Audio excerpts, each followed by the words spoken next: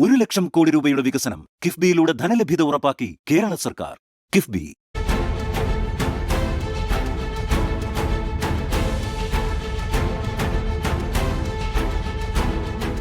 നമസ്കാരം. സംസ്ഥാനം അടുത്ത തെരഞ്ഞെടുപ്പിനെ അഭിമുഖീകരിക്കാൻ പോവുകയാണ്. ആ ഘട്ടത്തിൽ മന്ത്രിമാർ ഓരോ വകുപ്പിലും നടത്തിയ വികസനം എന്ത് എന്നത് പറയുകയാണ്. വികസനം പറയാൻ മന്ത്രിമാർ നമുക്കൊപ്പം ചേരുകയാണ്. ഇന്ന് എനിക്കൊപ്പമുള്ളത് ധനകാര്യമന്ത്രി ശ്രീ KN ബാലഗോപാലാണ്. നമസ്കാരം. ഞാനിപ്പോൾ എറണാകുളത്ത് നിന്നാണ് വരുന്നത്. അപ്പോൾ ഈ എറണാകുളത്ത് മെട്രോ റെയിലിൻ്റെ തൂണിലെല്ലാം കിഫ്ബിയുടെ പരസ്യം കാണുന്നുണ്ട്. കുതിച്ച് കേരളം എന്നാണ്. 1 10 എന്നെഴുതുന്നുണ്ട്. അതായത് 1,10,000 കോടി രൂപയുടെ വികസനം. ആ പദ്ധതികളുടെ കണക്കുകളൊക്കെ പറഞ്ഞുകൊണ്ട്. കൂടാതെ റെയിൽവേ സ്റ്റേഷനിൽ ഇരുന്നപ്പോൾ താങ്കളുടെ ശബ്ദം ഞാൻ ഒരുപാട് തവണ കേട്ടു. നികുതിപ്പണം എങ്ങനെയാണ് നമ്മളുടെ വികസനത്തിന് വേണ്ടി ഉപയോഗിക്കുന്നത് എന്നുള്ള താങ്കളുടെ ശബ്ദം. അപ്പോൾ അങ്ങനെ നമ്മൾ ഇതുവരെ കാണാത്ത തരത്തിലേക്ക് അടിസ്ഥാന സൗകര്യത്തിൻ്റെ വികസനം എന്നുള്ളത് സാധ്യമായിരിക്കുന്ന കാലങ്ങളിലൂടെ നമ്മൾ കടന്നു പോവുകയാണ്. നമ്മൾ സർവ്വതല സ്പർശി എന്നൊക്കെ പറയാവുന്ന തരത്തിലാണത്. അവിടെയാണ് ഈ കിഫ്ബിയുടെ ഒരു മാജിക് എന്ന് പറയുന്നത്. അതെങ്ങനെയാണ് ഈ കിഫ്ബി മാജിക്? ധനകാര്യമന്ത്രി എങ്ങനെയാണ് അതിനെ വിശേഷിപ്പിക്കുന്നത്? ഈ കിഫ്ബി എന്ന് പറയുന്നത് ഒരു സാധാരണഗതി നമ്മുടെ പ്ലാനിൻ്റെ പരിമിതിക്കകത്ത് നിന്നുകൊണ്ട് അല്ലെങ്കിൽ സംസ്ഥാന ബഡ്ജറ്റിൻ്റെ പരിമിതിക്കകത്ത് നിന്നുകൊണ്ട് കാര്യങ്ങൾ ചെയ്താൽ മാത്രം നമുക്ക് വളരെ ഫാസ്റ്റായിട്ട് കാര്യങ്ങൾ തീർക്കാൻ പറ്റില്ല എന്നുള്ള ഒരു അനുഭവത്തിൻ്റെ അടിസ്ഥാനത്തിലുണ്ടായതാണ്. അപ്പോൾ അത് രൂപീകരിച്ചത് നമ്മൾ ഈ പ്ലാനിനകത്തും ഒരു വർഷത്തെ ബഡ്ജറ്റിനകത്തുള്ള തുകയുടെ മുകളിൽ തുക ചിലവാക്കണം. അതിന് കിഫ്ബി സ്വാഭാവികമായും അത് ഫണ്ട് റേസ് ചെയ്യുന്നു. ഗവൺമെൻറ്റിൻ്റെ ടാക്സ് വരുമാനത്തിൻ്റെ ചെറിയൊരു ഭാഗം അതിലേക്ക് കൊടുക്കും എന്നൊരു കണക്കുണ്ട്. ബാക്കി അവർ മാർക്കറ്റിൽ നിന്ന് ബോറോ ചെയ്യും. ബോറോ ചെയ്തിട്ട് ഒരുമിച്ച് ഈ പണം ചിലവാക്കിയിട്ട് വർഷങ്ങൾ കൊണ്ട് തിരിച്ചടയ്ക്കും. അതൊരു വലിയ എക്കണോമിക്സ് ഒന്നും അല്ല. സാധാരണ രീതിയിൽ നമുക്കൊക്കെ മനസ്സിലാവുന്ന കാര്യം. നമ്മൾ കിഫ്ബി തുടങ്ങുന്ന സമയത്ത് 50,000 കോടിയാണ് എക്സ്പെക്ട് ചെയ്തത്. ഞാൻ ധനകാര്യമന്ത്രി ആയതിനു ശേഷമാണ് നമ്മളത് കുറച്ചുകൂടി വർദ്ധിപ്പിച്ചു. 1,00,000 ഇപ്പോൾ 1,10,000 കോടിയായി. ഈ 1,10,000 കോടി നമ്മളിപ്പോൾ ഇൻവെസ്റ്റ് ചെയ്യുന്നത് അതുകൊണ്ട് കേരളത്തിൽ നാഷണൽ ഹൈവേക്ക് തന്നെ 6,000 കോടി നമ്മൾ കൊടുത്തു. വിഴിഞ്ഞത്തിന് അധികം നല്ല എടുത്ത് കൊടുത്തേക്കുന്നത്. പക്ഷേ വിഴിഞ്ഞം പോലുള്ള പദ്ധതികൾ പോലും മറ്റ് സ്കീമിൽ നമ്മളങ്ങനെ ചെയ്ത് ധാരാളം സ്കൂള്, ആശുപത്രി, ഫാക്ടറികൾ, കെട്ടിടങ്ങൾ എല്ലാം വന്നു. തീരദേശ ഹൈവേ, മലയോര ഹൈവേ, ഇൻഫ്രാസ്ട്രക്ചർ വളരെയേറെ മെച്ചമായി. ഈ ഇൻഫ്രാസ്ട്രക്ചർ മെച്ചമാകുമ്പം ഫർദർ ഗ്രോത്ത് അതിനെ ബേസ് ചെയ്തിട്ടാണ്. അതാണ് ഈ വികസനം എന്ന് പറയുമ്പോൾ എപ്പോഴും നമ്മൾ ഇതിനു മുൻപ് ഈ വൻകിട പദ്ധതികൾ വരുന്നതാണ് വികസനം എന്നൊരു കാഴ്ചപ്പാട് മുൻപൊക്കെ നമ്മളൊക്കെ അങ്ങനെ ഒരു ധാരണയുണ്ടായിരുന്നു. പക്ഷേ അതിനേക്കാൾ ഏറ്റവും അത്യാവശ്യമായി വേണ്ടത് ഈ അടിസ്ഥാന സൗകര്യ വികസനമാണ് എന്നുള്ളത്. അത് നമ്മളിപ്പോൾ കണ്ടുകൊണ്ടിരിക്കുകയാണ്, സാധാരണക്കാരൻ അനുഭവിച്ചുകൊണ്ടിരിക്കുകയാണ്. അടിസ്ഥാന സൗകര്യങ്ങളിൽ ഏറ്റവും പ്രധാനം നമ്മുടെ മൊബിലിറ്റിയാണ്. ഇപ്പോൾ കാസർഗോഡ് നിന്ന് തിരുവനന്തപുരത്ത് എത്താൻ 8 മണിക്കൂറോ 6 മണിക്കൂറോ കൊണ്ട് എത്തിക്കഴിഞ്ഞാൽ കേരളം വളരെ വളരെ അടുത്ത കിടക്കുന്ന ആളുകളാവും. നീളമാണ് കേരളത്തിൻ്റെ പ്രത്യേകത. ജപ്പാൻ്റെ കൂട്ടാണ്, നീളത്തിലാണ്, സൗജന്യമൊന്നും അല്ലല്ലോ. അപ്പോൾ ആ അക്സസ് വളരെ പ്രധാനമാണ്. ഇതുപോലുള്ള സൗകര്യങ്ങൾ വരിക, നാട്ടുപുറത്തു നിന്ന് തിരുവനന്തപുരത്ത് എത്താൻ അല്ലെങ്കിൽ കൊച്ചിയിലെത്താൻ, കോഴിക്കോടെത്താൻ വളരെ പെട്ടെന്ന് കഴിയുക, ഇങ്ങനെയുള്ള സൗകര്യങ്ങൾ വളരെ പ്രധാനമാണ്. പിന്നെ നല്ല ക്വാളിറ്റിയുള്ള സ്കൂള്, കോളേജ്, ആശുപത്രികൾ ഇതെല്ലാം വരിക, ഇതൊരു പ്രധാനപ്പെട്ട കാര്യമാണ്. അപ്പോൾ ഇതിങ്ങനെ നടന്നു വരുമ്പം കിഫ്ബി ഇതൊരു വലിയ മാറ്റമാണല്ലോ എന്ന് കരുതിയപ്പോൾ തന്നെ പൊളിറ്റിക്കലായിട്ട് അതിന് മേലൊരു വാൾ വന്നു, ഇതിനെ തടഞ്ഞു. അന്നേരം അവർ കേന്ദ്ര ഗവൺമെൻറ് പറഞ്ഞു ഇത് ഓഫ് ബഡ്ജറ്റ് ബോറോയിങ് ആണ്, അതുകൊണ്ട് it should be part of the borrowing. നമ്മുടെ ബോറോയിങ്ങിൻ്റെ സ്പേസിൽ ഞാൻ കുറച്ചു. അപ്പം ഞാൻ ധനകാര്യമന്ത്രിയായപ്പോൾ വന്നതിന് ശേഷമാണ് ആ പ്രശ്നങ്ങൾ വരുന്നത്. നേരത്തെ കിഫ്ബി 10,000 കോടി ഒരു വർഷം ചിലവാക്കിയാൽ അത് നമ്മുടെ സംസ്ഥാന ബഡ്ജറ്റിൽ ബാധിക്കത്തില്ല. ഇപ്പോൾ കിഫ്ബി എടുക്കുന്ന ലോൺ മുഴുവൻ സംസ്ഥാന ബഡ്ജറ്റിൽ നിന്ന് കുറയുകയാണ്. പക്ഷേ ഞങ്ങൾ ആലോചിച്ച് തീരുമാനമെടുത്തു, കിഫ്ബിയുടെ പണം ചിലവാക്കുന്നത് കുറഞ്ഞാൽ ഈ ഗ്രോത്ത് നടക്കില്ല. അപ്പോൾ കിഫ്ബി വാസ്തവത്തിൽ അതും കൂടി ഷോൾഡർ ചെയ്യുന്നത് ഇപ്പം ധനകാര്യ വകുപ്പാണ്. സാധാരണഗതിയിൽ ആ പണം കൂടി നമ്മൾ കൊടുക്കുകയാണ്. പക്ഷേ കിഫ്ബിയുടെ കൺസെപ്റ്റ് മാറ്റം വരുത്തിയില്ല. യഥാർത്ഥത്തിൽ കിഫ്ബിയുടെ കൺസെപ്റ്റ് അനുസരിച്ചിട്ട് ഇത് പണം നമുക്ക് 15 വർഷം കൊണ്ട് 20 വർഷം കൊണ്ട് നമുക്ക് തിരിച്ചടയ്ക്കാം. കോടതിയിൽ ഉൾപ്പെടെ നമ്മൾ കേസിന് പോയി. പക്ഷേ പണം അങ്ങനെ തിരിച്ചടയ്ക്കുകയായിരുന്നെങ്കിൽ ഈ തുകയും കൂടി നമുക്ക് കൂടുതൽ ചിലവാക്കാൻ പറ്റുമായിരുന്നു. അപ്പോൾ ഇപ്പോൾ കേന്ദ്രത്തിൻ്റെ കാര്യം മിനിസ്റ്റർ പറഞ്ഞു, അതിൽ സംസ്ഥാനത്തിൻ്റെ കടമെടുപ്പ് പരിധിയിലേക്ക് ഇത് കൊണ്ടുവന്നു എന്നുള്ളത് അതെങ്ങനെയാണ്? ഇപ്പോൾ ഇതിൻ്റെ പദ്ധതികളെ ബാധിച്ചിട്ടില്ല എന്ന് പറയുമ്പോഴും ഭാവി കാലത്തും ഇതേ നിലപാടൊക്കെ തുടർന്ന് പോകുമ്പോൾ അതെങ്ങനെയാണ്? നമ്മൾ കൂടുതൽ വികസനം എന്നുള്ളതാണല്ലോ നമ്മളുടെ ഒരു ലക്ഷ്യം. നമുക്ക് കിട്ടിക്കൊണ്ടിരുന്ന പല പണവും ഒരു വെട്ടിക്കുറച്ചു. അതായത് GST വന്നതിന് ശേഷം നമുക്കൊരു കോമ്പൻസേഷൻ ഉണ്ടായിരുന്നു. 12,000 കോടി വരെ ഒരു വർഷം കിട്ടുമായിരുന്നു. അതും ഇല്ലാതായി.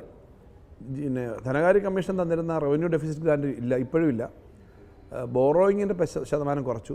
ഏകദേശം 5 വർഷം കൊണ്ട് 1,25,000 കോടി കുറച്ചു എന്ന് പറഞ്ഞാൽ ഒരു വർഷം 25,000 കോടി കുറഞ്ഞു. 25,000 കോടി കിട്ടിക്കൊണ്ടിരുന്ന ഈ കുറച്ചതിൻ്റെ ഭാഗമായിട്ട് 50,000 കോടിയിലധികമാണ് ഒരു വർഷം വന്ന കുറവ്.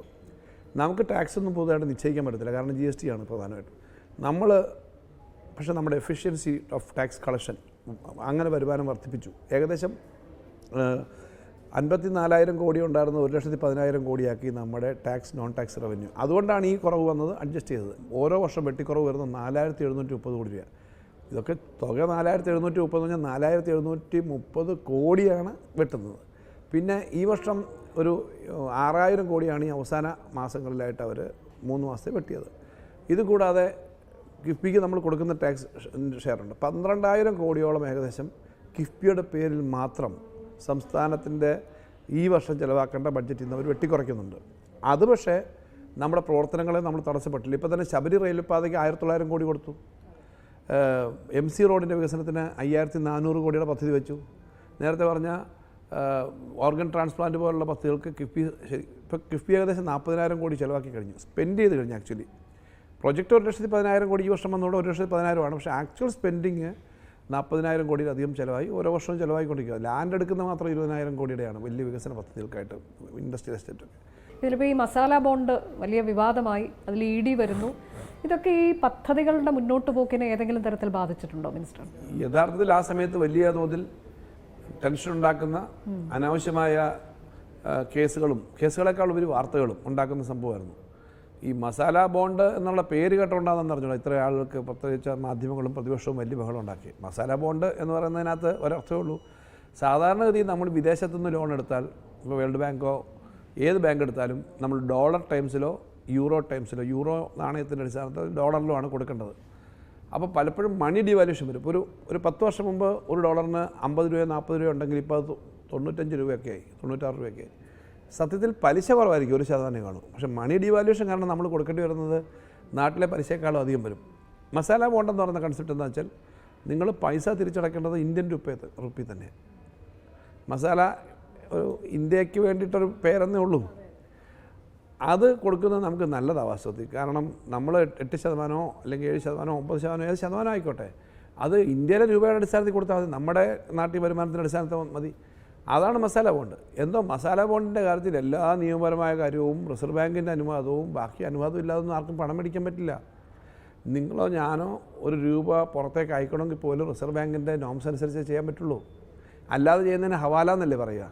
കഴിഞ്ഞ ദിവസം രമേശ് ചെന്നിത്തല ശ്രീകണ്ഠൻ നായരുമായി സംസാരിക്കുമ്പോൾ പറഞ്ഞത്, ഞങ്ങൾ അധികാരത്തിൽ വന്നാൽ ഒരു കാരണം അവർക്ക് കിഫ്ബിയോട് യോജിപ്പാണ് എന്നാണ് പറഞ്ഞത്. പക്ഷേ അദ്ദേഹം പറഞ്ഞത് ഈ വലിയ പലിശയ്ക്ക് പോയി ഇപ്പം മസാല ബോണ്ടൊക്കെയാണ് അദ്ദേഹം ചൂണ്ടിക്കാണിക്കുന്നത്. അങ്ങനെയുള്ളതിനോടൊക്കെ ഞങ്ങൾക്ക് എതിർപ്പാണ്.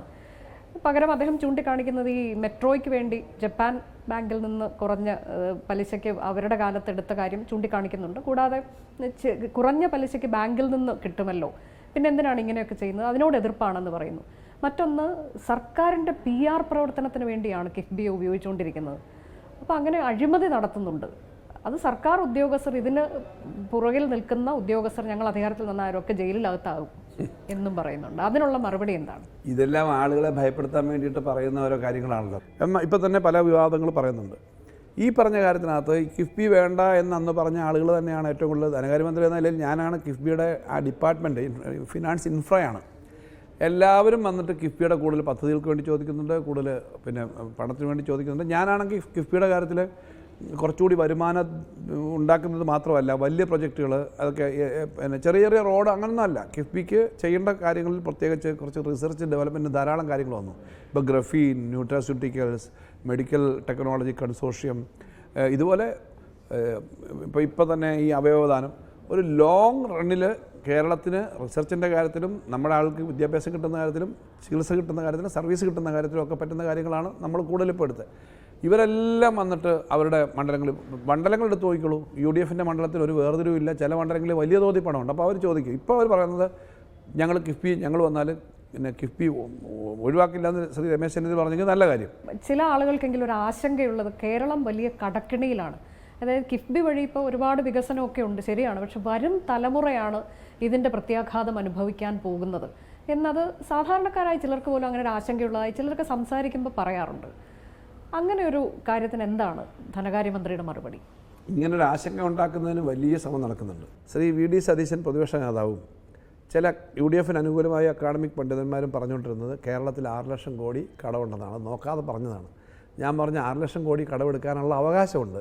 പക്ഷേ കേരളത്തിന് ഈ വർഷം അവസാനിക്കുമ്പോൾ ബഡ്ജറ്റ് രേഖകളനുസരിച്ച് 4,80,000 4,85,000 കോടിക്ക് അപ്പുറം വരില്ല. എന്ന് പറഞ്ഞാൽ സാധാരണ കഴിഞ്ഞ 25 വർഷക്കാലത്തെ ധനകാര്യമന്ത്രിമാർക്കും സംസ്ഥാന ഗവൺമെൻറ്റിനും എടുക്കാൻ സമ്മതിച്ചതിനേക്കാളും 1,25,000 കോടിയോളം കുറച്ച് ഈ 5 വർഷക്കാലം എടുക്കാൻ അനുമതി കിട്ടിയുള്ളൂ. വളരെ ശുഭാപ്തി വിശ്വാസത്തോടെ ഞാൻ പറയുന്നു, അടുത്ത 5 വർഷം കൊണ്ട് ഫിനാൻഷ്യലി കേരളം ഇതിനേക്കാളും വലിയൊരു കുതിച്ചുകയറ്റം ഉണ്ടാക്കും. അത് വെറുതെ പറയുന്നതല്ല. ഞാനൊരു കാര്യവും അസംബ്ലി പറയുമ്പോൾ ഞാൻ പറയാറുണ്ട്, ഇതാണ് സ്ഥിതി. അല്ലാതെ ഞാൻ ആവശ്യമില്ലാത്ത അവകാശവാദം പറയാറില്ല. കാരണം കണക്കാണ്. അവകാശവാദം പറഞ്ഞാൽ ഇത് കൂട്ടുമ്പം balance sheet profit and loss account എന്ന് പറയുന്ന പോലെ ഈ കണക്ക് വരത്തില്ല. എൻ്റെ സബ്ജക്റ്റ് കൊമേഴ്സ് ആയതുകൊണ്ട് കൃത്യമായി ആളുകൾക്ക് നോക്കിയാലും മനസ്സിലാവുന്ന കാര്യമാണെന്നുള്ളതുകൊണ്ട് ഞാനത് പറയാറില്ല. ഏറ്റവും നന്നായി ജീവിക്കാൻ പറ്റുന്ന ഫിനാൻഷ്യൽ പൊസിഷനിലാണ് ഇപ്പം നമ്മുടെ ഫിനാൻഷ്യൽ ബേസ് കുറച്ചുകൂടി മെച്ചപ്പെട്ടിട്ടുണ്ട്. ഈ വന്ന ഡെവലപ്മെൻറ്റിൻ്റെ അടിസ്ഥാനത്തിൽ നല്ലൊരു കുതിച്ചുകയറ്റം വരാനാണ് സാധ്യത. ശരി, അപ്പോൾ thank you so much minister. Keralam കുതിക്കട്ടെ, വികസനം ധാരാളം ഇനിയും സാധ്യമാകട്ടെ, അങ്ങനെ വികസന കുതിപ്പിലൂടെ കേരളം മുന്നേറട്ടെ. Thank U.